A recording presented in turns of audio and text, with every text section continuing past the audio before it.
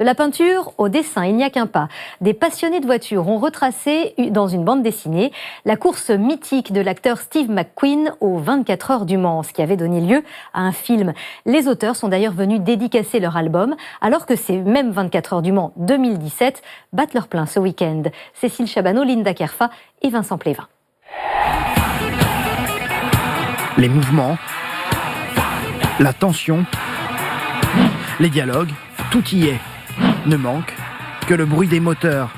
Plus qu'une adaptation, l'album se veut un hommage à l'idole Steve McQueen et à sa passion pour la mythique course d'endurance.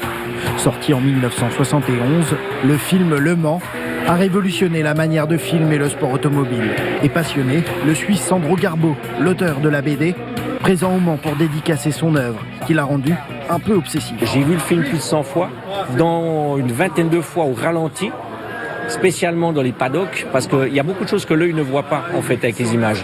Et je voulais vraiment retrouver cette ambiance qu'il y avait là, et c'était le seul moyen de le faire, c'était de voir le film au ralenti. Le résultat est bluffant. Certaines planches sont des reproductions fidèles de plans du film. Les fans du Mans apprécient.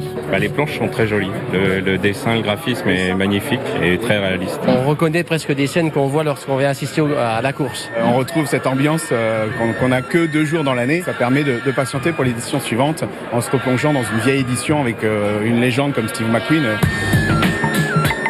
Pour retranscrire cette ambiance, Sandro Garbo, tel un pilote, s'est entouré d'une équipe de 7 techniciens du dessin, dont Guillaume Lopez. C'est un travail collectif. Donc on a un dessinateur qui nous a fait tout ce qui est décor. Donc là, on peut voir qu'il y a vraiment du travail. Un autre qui a fait les personnages. Et puis moi, en ce qui me concerne, tout ce qui est voiture, tous les engins mécaniques. Tous ont travaillé de chez eux. Chaque planche est donc un puzzle. Si les dessins sont faits main, ils ont été ensuite numérisés pour être assemblés. Un travail de fourmi qui a duré 3 ans.